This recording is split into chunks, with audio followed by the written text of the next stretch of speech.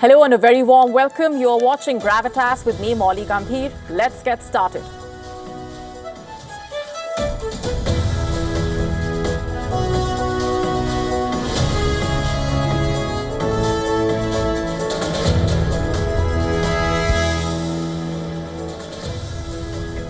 Our top focus tonight on Gravitas, we are getting you the latest on the Pakistan-Afghanistan tensions. Where do things stand? What are the two sides saying?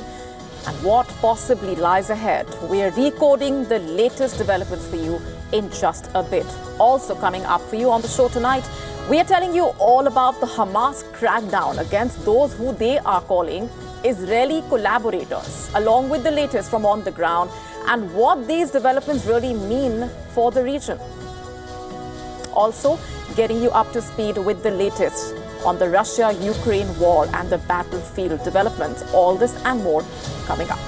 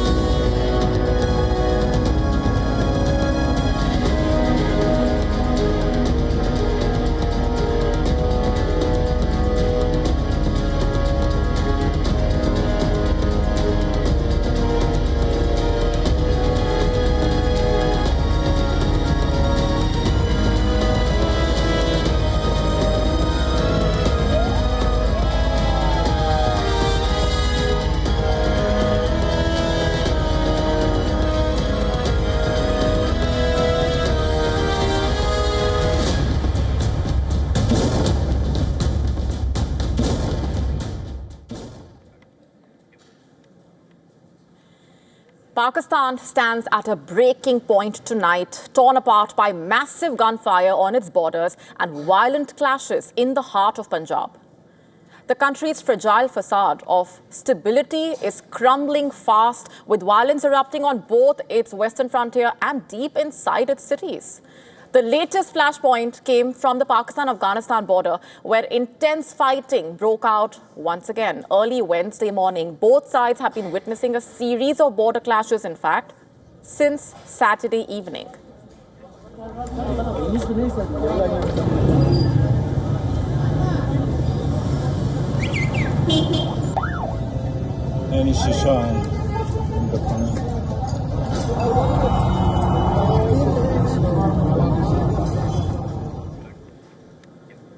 And just a few hours ago, Pakistan's foreign ministry said that both Kabul and Islamabad have agreed to a 48-hour ceasefire.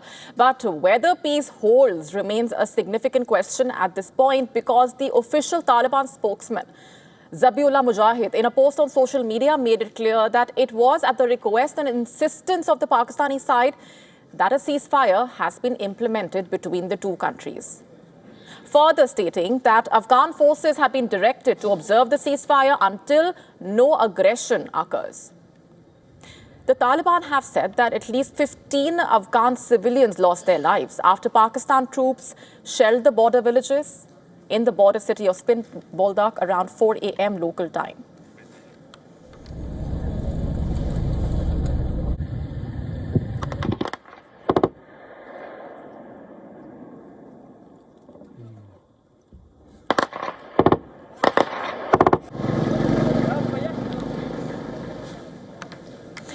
In fact, the Taliban called it unprovoked aggression. Pakistan, on the other hand, accused Afghanistan fighters of launching cowardly attacks at multiple locations, according to them.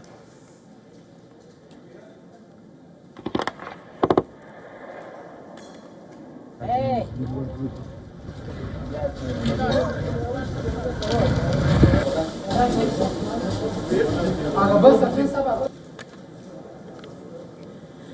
What started out as sporadic fire has turned into one of the bloodiest cross-border exchanges since the Taliban took over Kabul in 2021.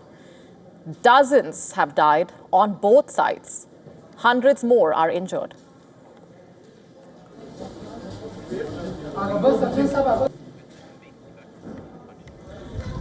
The two countries shut key border crossings, choking trade routes and leaving trucks stranded. Pakistan's military in a statement claimed that 20 Taliban fighters were killed in the latest round of combat. They also released a video showing a drone strike on a Taliban border post. The Taliban, on the other hand, saying Pakistan is hiding its losses, saying that Islamabad's shelling killed civilians, not militants. For people on both sides, the suffering is unbearable.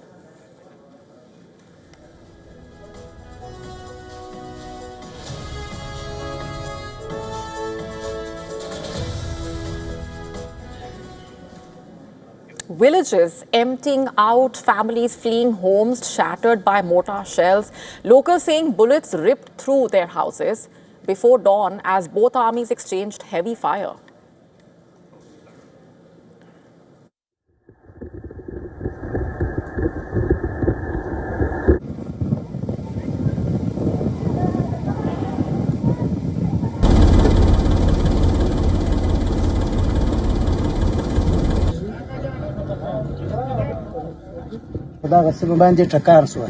Firing started from both sides early in the morning. In our village, shells and bullets started hitting people's houses. A young boy from our village was also wounded in this.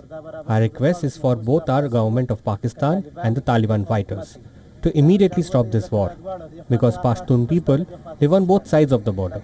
Many people have migrated from our village since morning. You see, behind this border bloodshed lies a deeper crisis. Pakistan has accused the Taliban of sheltering Tehrik-i-Taliban Pakistan, an outfit that Islamabad claims is responsible for repeated attacks inside Pakistan. Kabul not only rejects the accusation, but has blamed Pakistan, on the contrary, for harboring ISKP and Lashkar terrorists to target Afghanistan and Pakistan areas like Balochistan and Khyber Pakhtunkhwa. Islamabad's accusations have only worsened ties, leaving Pakistan isolated and also desperate. In fact, senior Taliban official claiming that Pakistan reached out to Qatar and Saudi Arabia to help broker peace. And that move exposes just how nervous Islamabad really has become, perhaps afraid of an Afghan backlash that it cannot control anymore. And Pakistan does have reason to worry because its traditional allies are also growing wary. China and Russia have their own stakes, remember, in Afghanistan. Even the United States has re-engaged with the Taliban for its strategic interests. And Pakistan now finding itself cornered, distrusted abroad, and divided at home.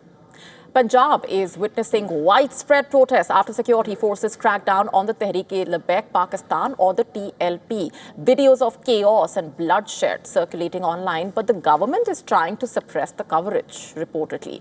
Pakistani journalist Hamid Mir slammed the censorship, saying Pakistanis now rely on Indian publications for the truth about their own country because of the censorship of facts at home.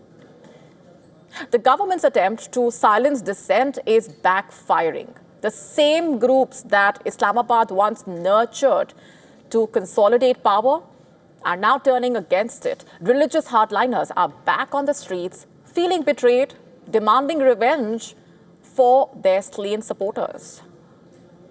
The establishment, long accused of using extremist groups to try and weaken elected governments, is now paying the price for decades of duplicity. And amid the turmoil, former Prime Minister Imran Khan has said that his party, the PTI, has been given a mandate by the people of Khyber Pakhtunkhwa and would not act against their interests.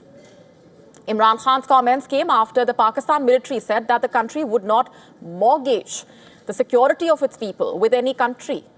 A statement that perhaps further underlines both the foreign pressure and also the internal mistrust there. Pakistan seems to be collapsing, one crisis at a time. Its western border burning with a war that it seems it cannot control without foreign mediation, and its cities erupting with anger that it cannot seem to contain. Its government fighting to silence the very chaos it helped create. And for now, Pakistan's leaders are blaming everyone but themselves. But the truth is clear. A state built on double games, perhaps, is finally catching up with its own lies.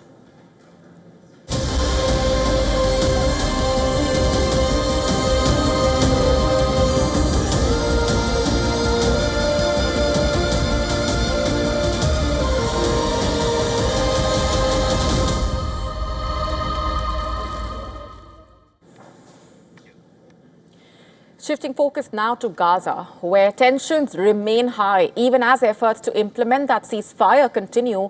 A slow release of hostage bodies is stoking fresh tensions. According to the Israeli military, one of the 4 bodies handed over by Hamas last night does not belong to an Israeli captive, complicating the next steps of that peace plan. Also, Hamas has reasserted itself following the partial withdrawal of the Israeli forces. Hundreds of Hamas fighters have been deployed along the key routes, including those critical for aid deliveries. Disturbing reports indicating that Hamas has executed individuals accused of collaborating with Israel, with some videos showing men forced to their knees before being shot in public squares. These actions took place even as President Donald Trump says phase 2 of the Gaza ceasefire is underway. But then the big question is, what does that really mean on the ground? And can this truce even hold? Will Hamas disarm as demanded? And what about the hostages and the humanitarian crisis there in Gaza? Several challenges remain clearly the key hurdles that will determine whether peace lasts or whether the war is reignited. Challenge number 1 being the hostages. Last night, Hamas returned 4 bodies to Israel, but then here's the complication. One of those bodies is not even an Israeli hostage, as has been claimed. The other 3 have been identified, and more are expected today. But several dead hostages are still believed to be in Gaza. So even though phase 2 has officially started, the hostage issue is not fully resolved. And then that raises a tougher question. Will the process go about smoothly from here onwards, or could delays spark a new wave of tensions? And that brings us to challenge number 2, the humanitarian aid. It's already under strain once again. The slow handover of the bodies is not just a political issue, it's hitting the Palestinians hard. Israel has reduced the number of humanitarian aid trucks allowed into Gaza and plans to open the southern crossing to Egypt. For the wounded have been delayed. Remember, over 500,000 people in Gaza are facing food shortages, medical emergencies. So the question is, will aid reach those who desperately need it? Or could this crisis get even worse from here onwards? And then there's challenge number 3, the rising casualties. Even with the ceasefire, recovery operations continue. And just today, the Gaza Health Ministry has reported that 16 more bodies were pulled from the rubble. Since the ceasefire started, over 250 bodies have been recovered. No clear information about when or how they died, reportedly. And it's again a reminder that the full toll of the Gaza war is still being uncovered. And then there is another big challenge. Yes, there's another one. Challenge number 4 being Hamas itself. It's back on the streets of Gaza. Hundreds of fighters visible in urban areas, and disturbing reports of executions of people accused of collaborating with Israel, as they have said. Videos have circulated online showing men forced to their knees before being shot. Remember, Trump's peace proposal for Gaza is also contingent on Hamas giving up its arms. And these public executions not only raise serious questions about the security situation there in Gaza, but also putting in doubt the entire outlook for Trump's peace plan itself. Which then brings us to challenge number 5. Let's talk about the big one. It's the entire peace plan itself. There is a reason why everyone is calling the situation delicate and fragile. Because it is. And President Trump has been very clear. The ceasefire and any hope for peace as such depend on Hamas disarming. In fact, he has warned, and I'm quoting here, if they don't disarm, we will disarm them, and it will happen quickly and perhaps violently. quote unquote. The Israeli Prime Minister also saying the same. No surrender of weapons, no end to the war. But Hamas has rejected the demand, remember. So then the question is, will Hamas disarm peacefully, or are we looking at the possibility of war breaking out once again? Will Hamas's resurgence fuel more violence? These are the big questions, the major challenges at this point that basically show just how fragile the situation is, just how fragile the ceasefire is. Hostages still in question, aid constrained, recovery operations underway, Hamas asserting control, and the ultimate test of disarmament. Each of these will shape the fate of Gaza.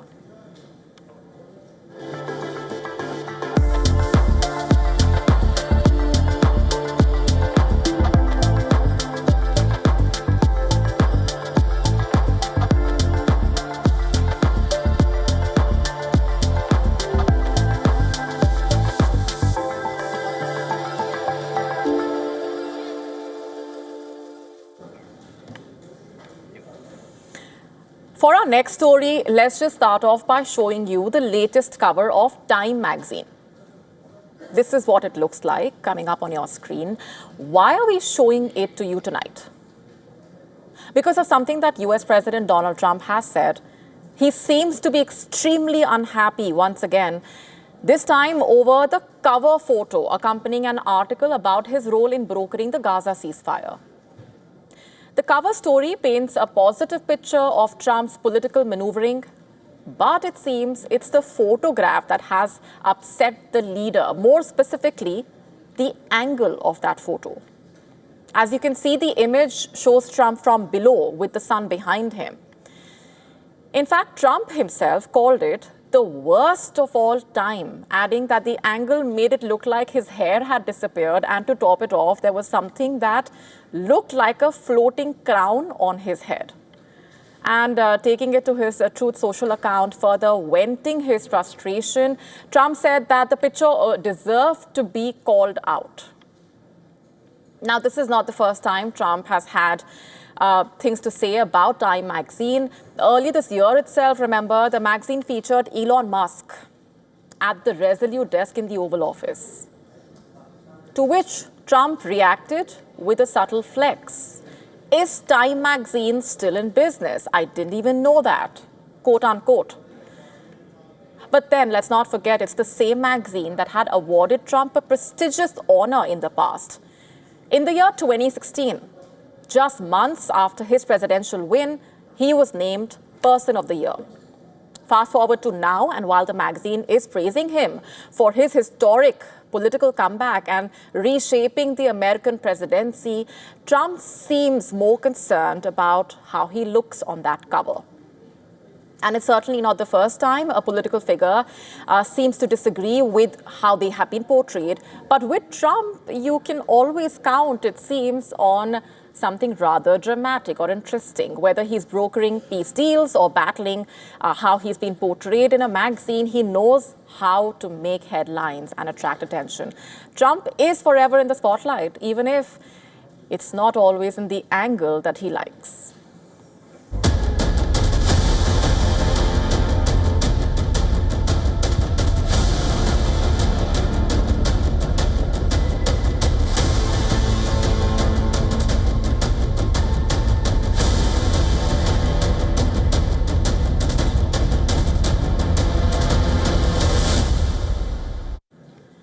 Let's now shift our focus to the Russia-Ukraine war, where Russia has further intensified its push in eastern Ukraine. Authorities in Kharkiv region have reportedly ordered families with children in 40 settlements in the Kupiansk district to expand mandatory evacuations as the Russian forces press forward. Russian forces have reportedly seized a village in Kupiansk district and are moving further towards a nearby village, part of a string of gains that mirror the recent advances in Donetsk and Zaporizhia. In Donetsk, Russian troops claim control of the settlement of Baragan, and they say that they have pushed into the eastern sector of Dimitrov. Ukraine claims it repelled nearly 100 separate attacks across multiple frontline sectors and describes heavy fighting in roughly 190 engagements along the front line. Russia's defense ministry saying its forces conducted strikes on 138 Ukrainian military targets, including transport and fuel energy infrastructure and rocket artillery warehouses. In addition, Russia claimed its air defense systems intercepted and destroyed 195 drones, 6 HIMARS rockets, and 10 guided aerial bombs. Ukraine's Air Force, missile troops, artillery reportedly struck 7 Russian personnel and equipment concentrations, as well as 3 command posts.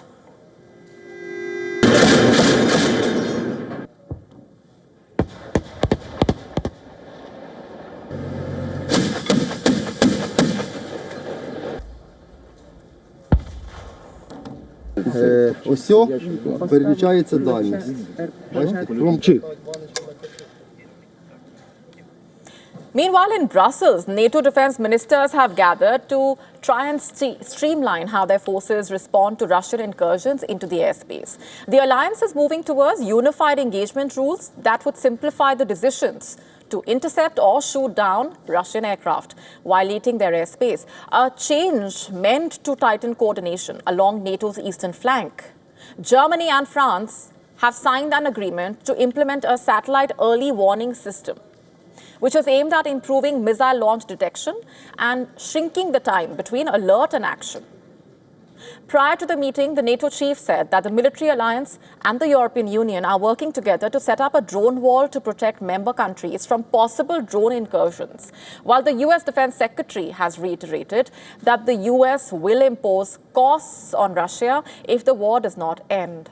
In Washington, US President Donald Trump voiced frustration with his Russian counterpart, saying that he had once enjoyed a good rapport with Vladimir Putin and that he cannot understand why the Kremlin persists in a war that has proved costly for Russia.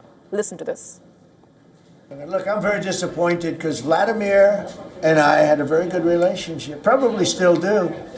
I don't know why he continues with this war. This war has been so bad for him. He's going into 4 years of a war that he should have won that war in 1 week. He's now going to soon be into his 4th year. Trump added that the Ukrainian president will visit the White House on Friday and that Kiev has asked for advanced weapons, including Tomahawk missiles, a request that Donald Trump acknowledged officials are considering, noting that the United States has a substantial stockpile. And before we go on any further, a quick look at what else is lined up for you on the show tonight. We are getting you a detailed report on India's wild elephant numbers that have dropped by 25% in 8 years. We're telling you more in just a bit.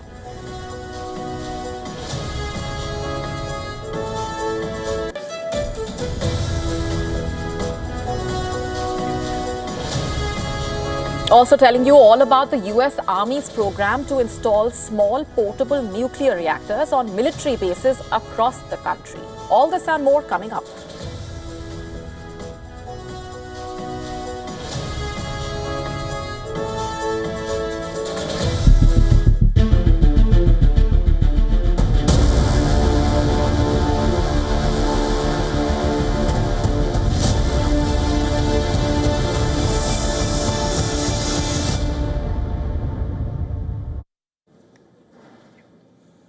India is turning the Brahmaputra into a powerhouse of the future.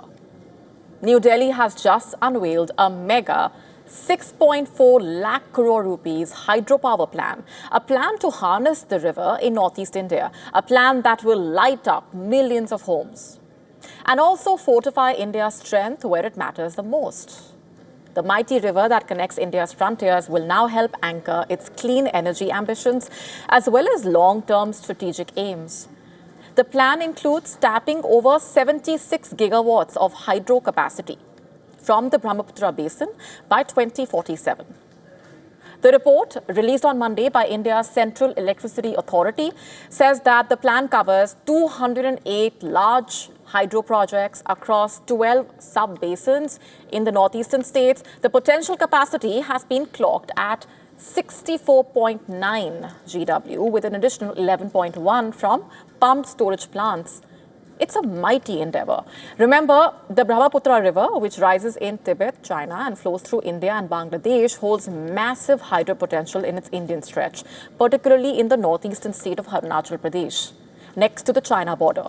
Now, why is this such a big deal, in case you're wondering? Let's just break this down for you. The move is part of a wider master plan for the evacuation of power from hydroelectric plants in the Brahmaputra basin. A massive infrastructure project that has been designed by the Central Electricity Authority. It's also India's quiet response to China's goal of developing the dam on the Yarlang-Tsangpo River, the Chinese name for the Brahmaputra River. China's mega dam project has already raised serious concern.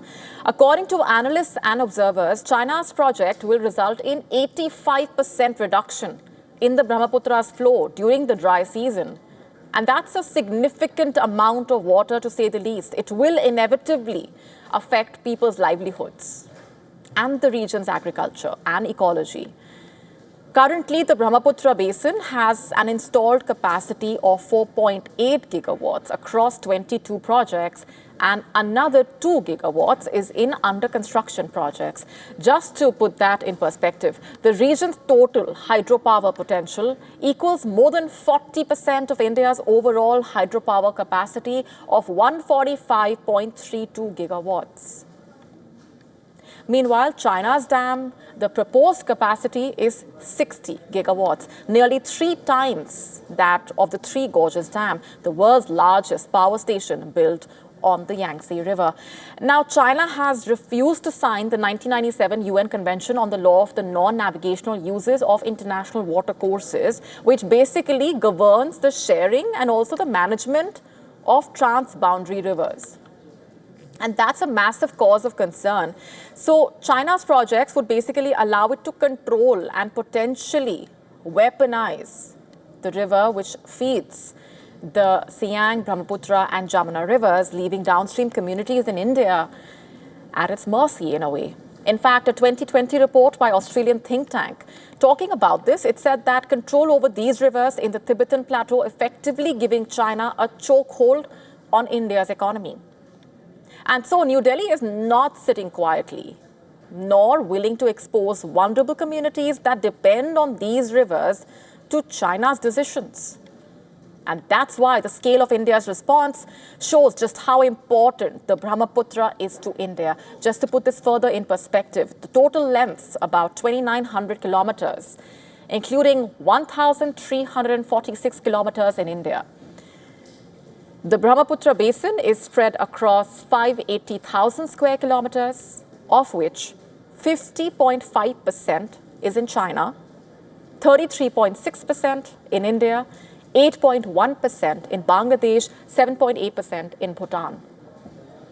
In India, it spans Arunachal Pradesh, Assam, West Bengal, Meghalaya, Nagaland, and Sikkim, covering over 194,000 square kilometers. That's nearly 6% of India's total geographical area. India has already set the ball rolling on that Upper Siang multi-purpose project on the Siang River, the upstream portion of the Brahmaputra. These reservoir-based hydropower projects should be able to counter a heavy flow of water from China if it ever decides to release water without informing India. And the reservoirs will also help store water during the monsoon, creating a backup in case China turns off the flow from that dam.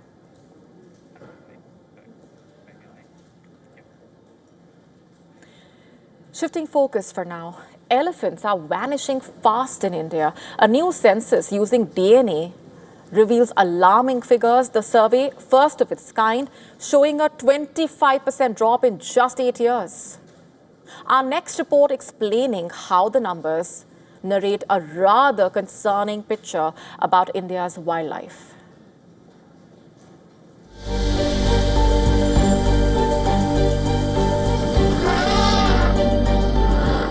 Roaring trunks shake the earth. The forest holds its breath.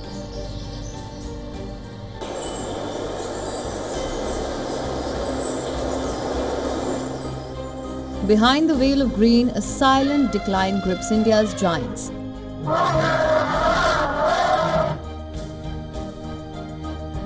In India, the first nationwide DNA-based census reveals a shocking truth, a 25% drop in the past 8 years. In 2017, India's wild elephant count stood at 29,964. Today, the survey pegs it at just 22,446. The distance between these figures is life and death for entire herds. However, scientists caution the two figures are not directly comparable because advanced genetic methods, not visual counts, were used this time around. During the survey conducted by India's Ministry of Environment, researchers collected over 21,000 dung samples across elephant habitats covering 6.7 lakh kilometers of forest trails. The Western Ghats remain India's largest elephant stronghold, with about 12,000 elephants, followed by northeastern hills harboring over 6,500 elephants. Globally, the situation is also dire. There are roughly 450,000 elephants left on Earth, African and Asian combined. Ancient elephants numbers only 40,000 to 50,000 of that total, and India remains their key stronghold. While poaching has declined, habitat fragmentation emerges as the primary threat. Expanding human settlements, agricultural development, industrial growth, mining operations, and infrastructure projects continually shrink elephant corridors. The findings underscore urgent conservation needs whilst demonstrating India's commitment to scientific wildlife management through advanced monitoring techniques. Bureau Report WION World is One.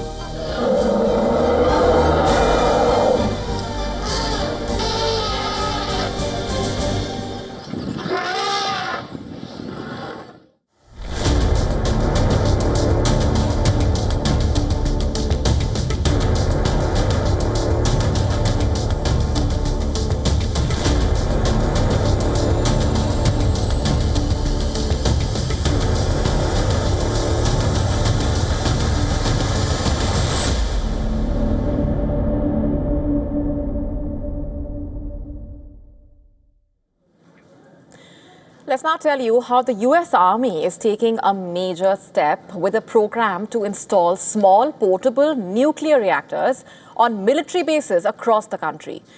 The initiative aims to supply selected bases with micro-reactors by the year 2028. Each reactor will generate less than 20 megawatts of electricity, enough to power a small town, allowing bases to maintain operations even when the local power grids fail. And officials are saying the reactors will help keep critical systems running during bad weather, cyber attacks, or other disruptions. The Principal Deputy Assistant Secretary of the Army has said, "What resilience means to us is that we have power no matter what, 24/7, quote unquote. The reactors will be owned and operated by commercial companies, with the Army and Energy Department providing technical guidance and uranium fuel.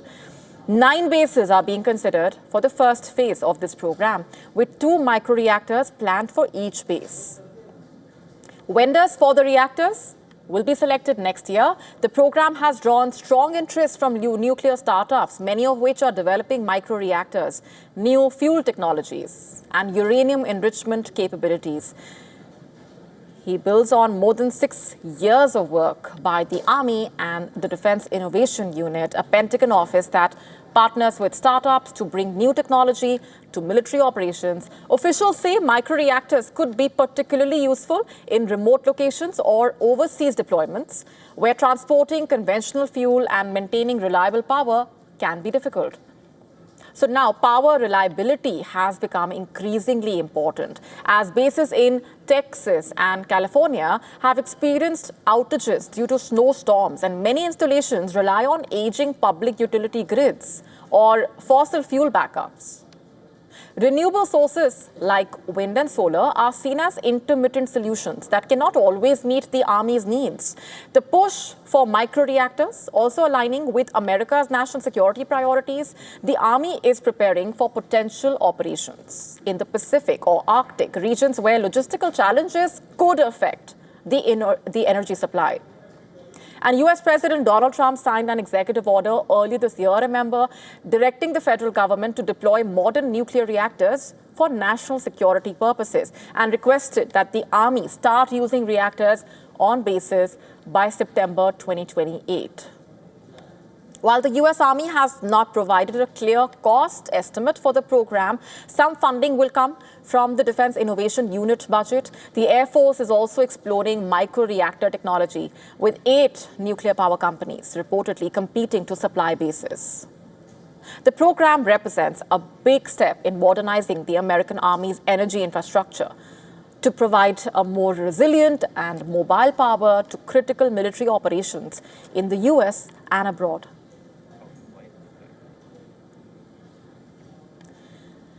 A grim remnant of the Bashar al-Assad regime in Syria has surfaced, exposing the atrocities committed by his government reportedly on the masses. An estimated 160,000 people were detained or went missing in Syria since 2011, when mass anti-government protests were met by a brutal crackdown and spiraled into a civil war.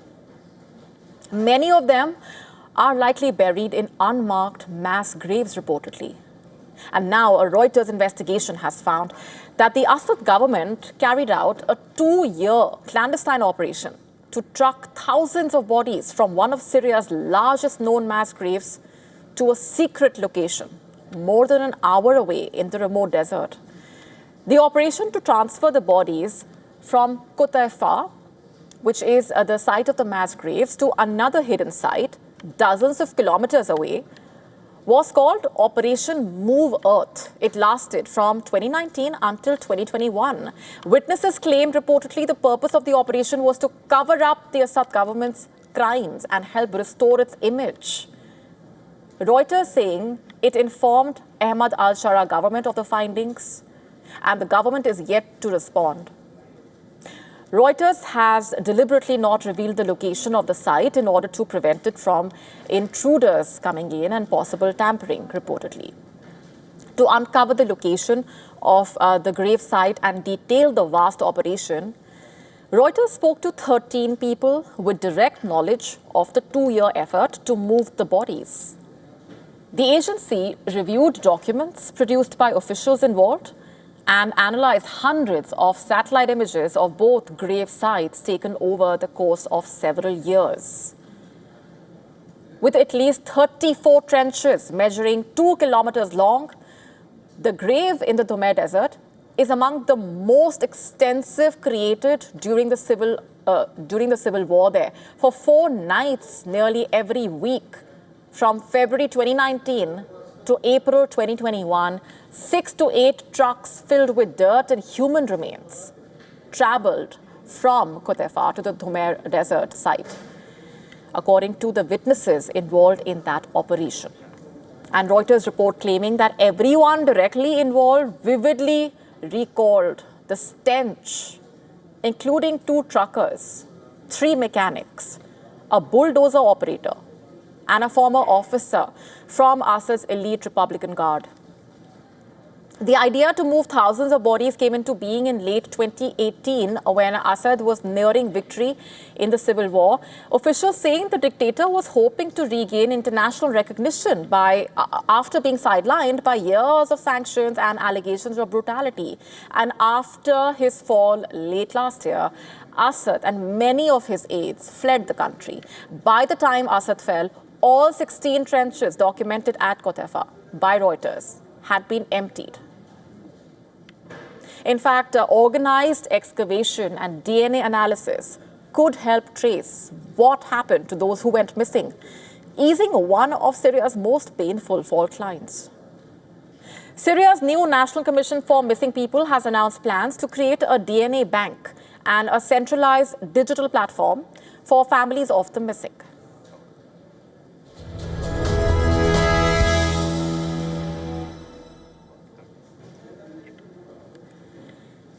Today, we're getting you details about a historic initiative launched by the Indian government as it unveils the Fare Se Fursat scheme, dubbed as the One Route, One Fare.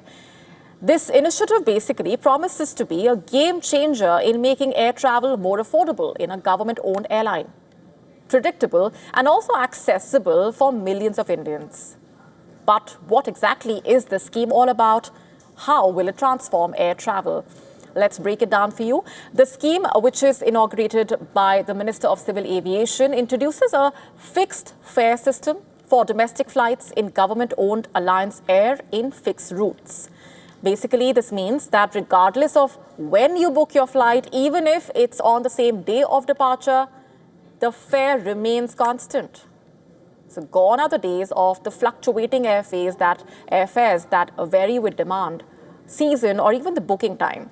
Under this scheme, passengers from Tier 2 and 3 cities will experience stability and predictability in the ticket prices.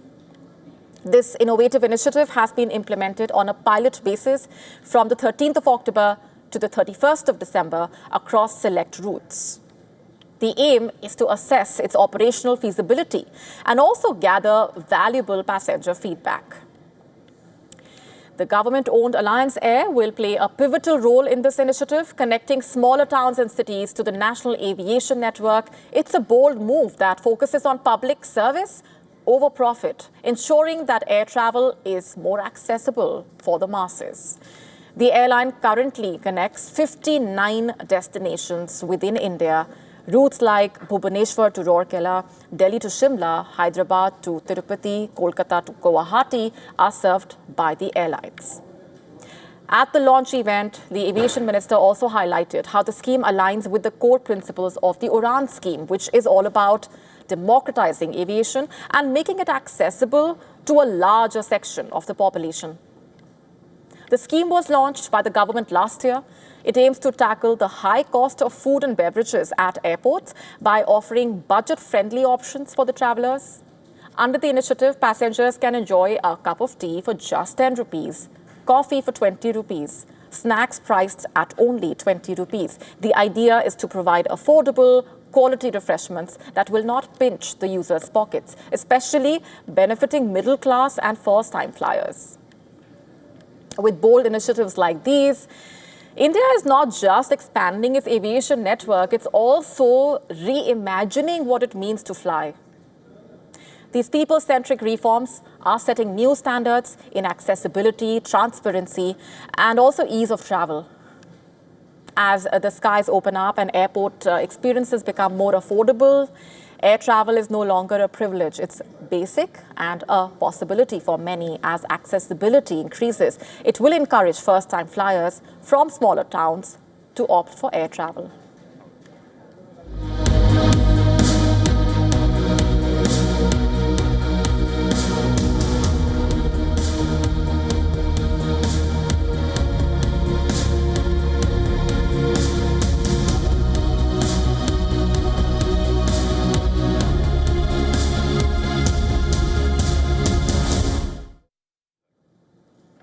And speaking of travel, the US passport is seeing a dramatic shift. As you would know, every year the world's passports are ranked according to how much power they have. The US passport is now no longer ranked among the world's top 10 most powerful passports. In fact, this has happened for the first time since those Henley Passport Index ratings were created 20 years ago. So it's a historic low, to say the least. Let's just give you some more perspective here. The American passport was once unrivaled at number 1. This was in the year 2014. And it just so happened that the passport now stands at the 12th spot, tied with Malaysia, with visa-free access to 180 of 227 destinations worldwide. According to the chairman of Henley and Partners and the creator of Henley Passport Index, the declining strength of the US passport over the past decade is more than just a reshuffle in rankings. It signals a fundamental shift in global mobility and soft power dynamics. And that nations that embrace openness and cooperation are surging ahead, while those resting on past privilege are being left behind. Basically saying that seemingly small changes have had outsized consequences, underscoring just how finely balanced the global mobility landscape has become. According to Henley and Partners, the decline of the US passport and its most recent drop from the 10th to the 12th position on that index has basically been driven by a series of access changes. The loss of visa-free access to Brazil in April due to a lack of reciprocity, and the US being left out of China's rapidly expanding visa-free list marked the start of its downward slide. And this was followed by adjustments from Papua New Guinea and Myanmar, which further eroded the US score while boosting other passports. And most recently, Somalia's launch of a new e-visa system and Vietnam's decision to exclude the US from its latest visa-free additions delivered the final blow, pushing it out of the top 10. Interestingly, the UK passport has fallen to its lowest ever position on that index, slipping 2 places since July from 6th to the 8th spot, despite also once holding the top spot in 2015. In fact, let's also tell you which passports are ranked at the top. Singapore maintaining its grip at the top of the latest rankings. South Korea coming in second, followed by Japan. A new type of off-road racing has started in the deserts of Saudi Arabia. It features the world's first hydrogen-powered race cars, offering perhaps a rare glimpse into what the future of racing could look like one day. Take a look.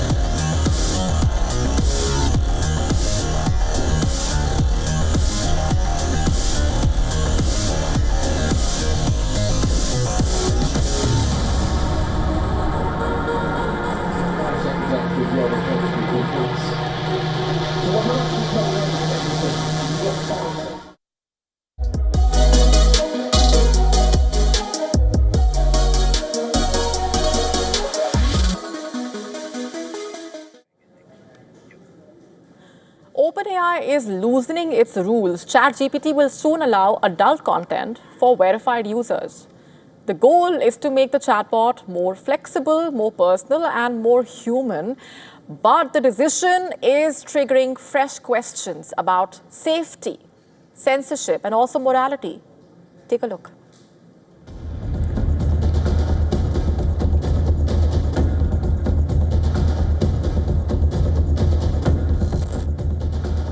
ChatGPT, the world's most popular AI chatbot, is about to get a new identity. Starting in December 2025, adults will be able to request erotica and other previously restricted material. The owner of the tech giant, Sam Altman, describes the change as part of a treat adults like adults policy, one designed to make ChatGPT more open and versatile. But the path is dangerous. How to enforce age verification reliably? What stops minors or bad actors from sneaking in?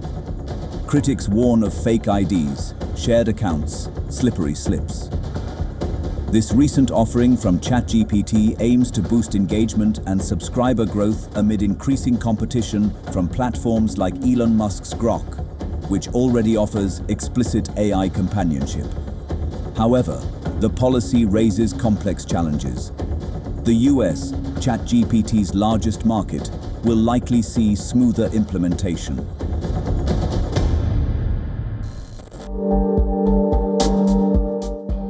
But India, the second biggest market, where pornography is largely banned, faces legal and regulatory barriers that could restrict features. OpenAI's move comes amid growing calls for stronger AI regulations on content moderation and child protection. While ChatGPT's relaxing restrictions align with broader consumer demand for less censored AI, the company will have to balance adult freedom with safeguarding vulnerable users. Bureau Report, WION World is one.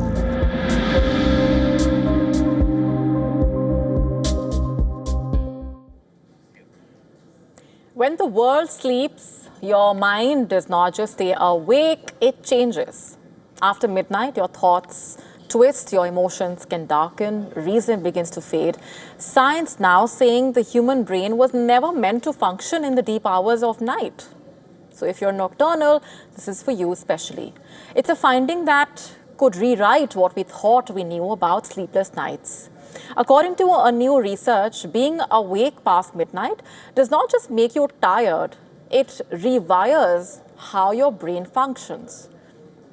The mind switches into a darker mode where emotions intensify, impulses rise, judgment blurs. Scientists call it the mind after midnight effect. And in this late night state, negative emotions gain power, dangerous ideas become strangely attractive, self-control drops sharply. The brain's reward circuits stay active, but the parts responsible for logic and restraint, especially in the prefrontal cortex, begin to shut down. Studies document day-night alterations in the maladaptive behaviors, including suicide, violent crime, and substance use, while examining how mood, reward processing, and executive functions differ during nocturnal wakefulness. The statistics are sobering across multiple dangerous behavior patterns. Our brain's biological clock is wired to promote wakefulness during daylight and encourage sleep at night.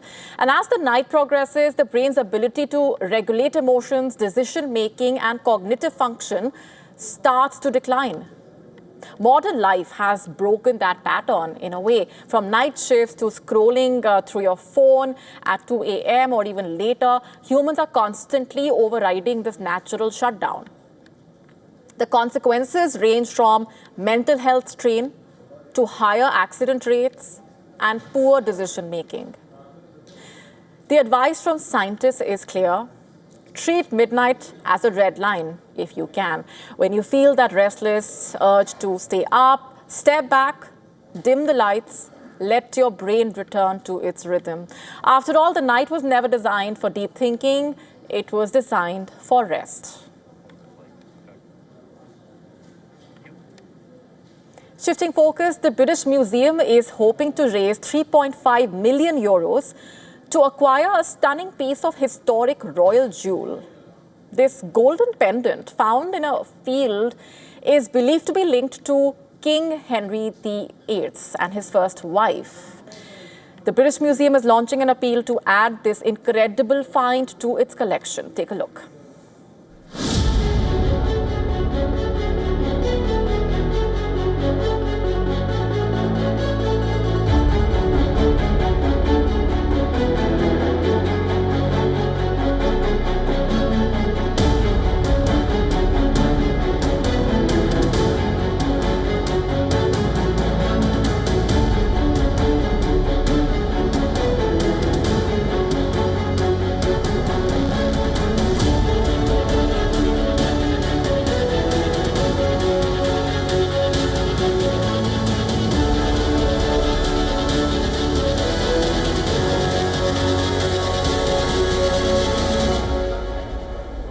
So this object is known as the Tudor Heart. It was found at the end of 2019, and what you have is a suite of three things.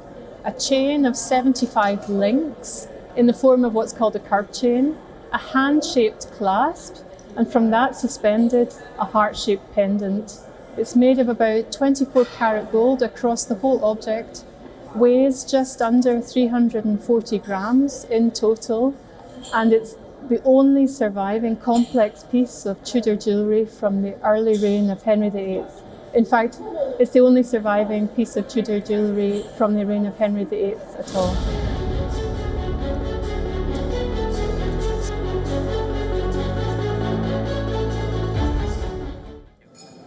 And on that note, it's a wrap on this edition of Gravitas Tonight. This is me, Molly Gambhir, signing off. Thanks for watching.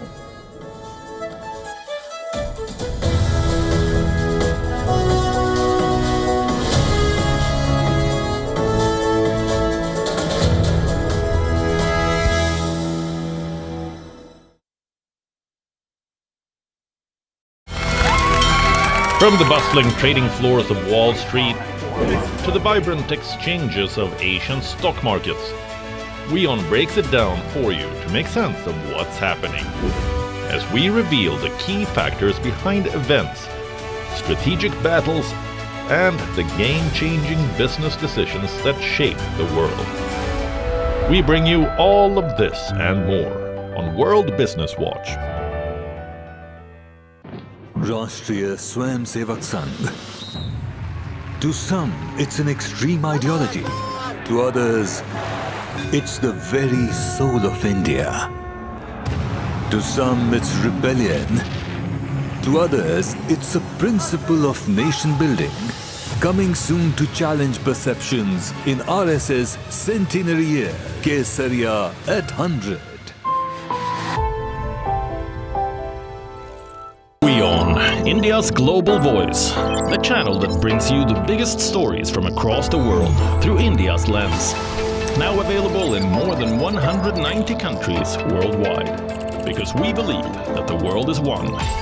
Watch us in Africa, Europe, USA and Canada, South America, Asia Pacific, Middle East and North African regions. Also available on these digital platforms across the world. WION, World is One.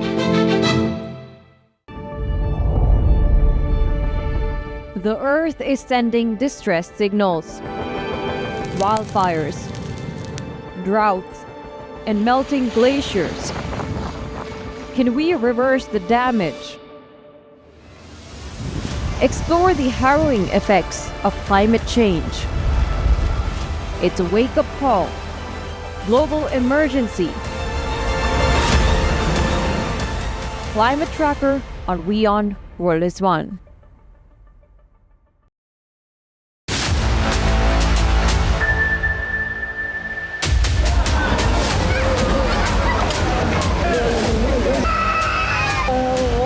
War is over, okay? You understand that?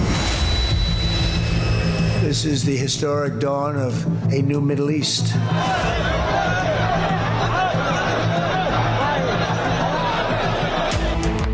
The best day of my life.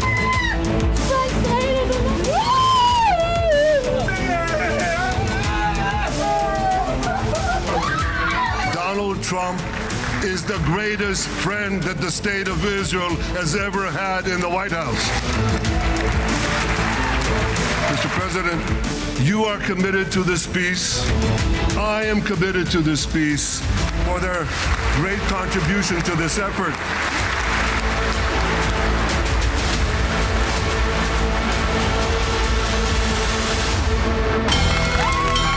From the bustling trading floors of Wall Street to the vibrant exchanges of Asian stock markets, WION breaks it down for you to make sense of what's happening, as we reveal the key factors behind events, strategic battles, and the game-changing business decisions that shape the world. We bring you all of this and more on World Business Watch. WION, India's global voice, the channel that brings you the biggest stories from across the world through India's lens. Now available in more than 190 countries worldwide, because we believe that the world is one. Watch us in Africa, Europe, USA and Canada, South America, Asia Pacific, Middle East and North African regions. Also available on these digital platforms across the world. WION, World is One.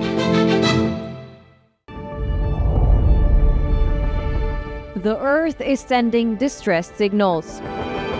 Wildfires, droughts, and melting glaciers. Can we reverse the damage?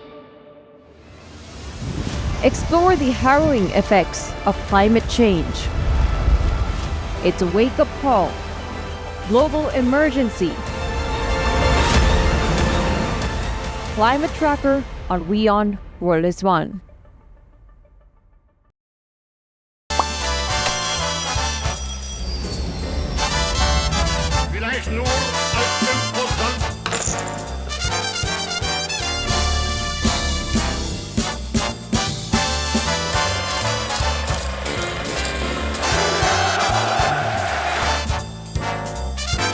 WION, India's global voice, the channel that brings you the biggest stories from across the world through India's lens.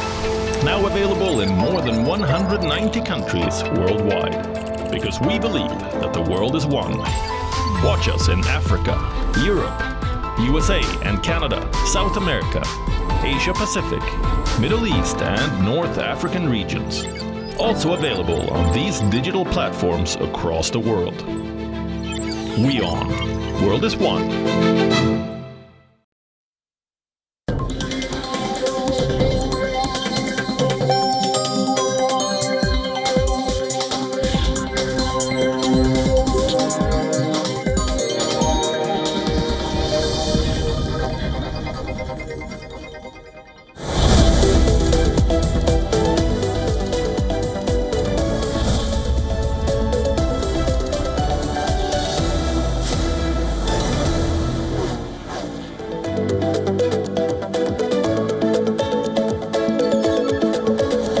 Hello there, welcome to WION Pulse. We are glad you're watching WION World is One. I'm Eric Njoka, our top stories.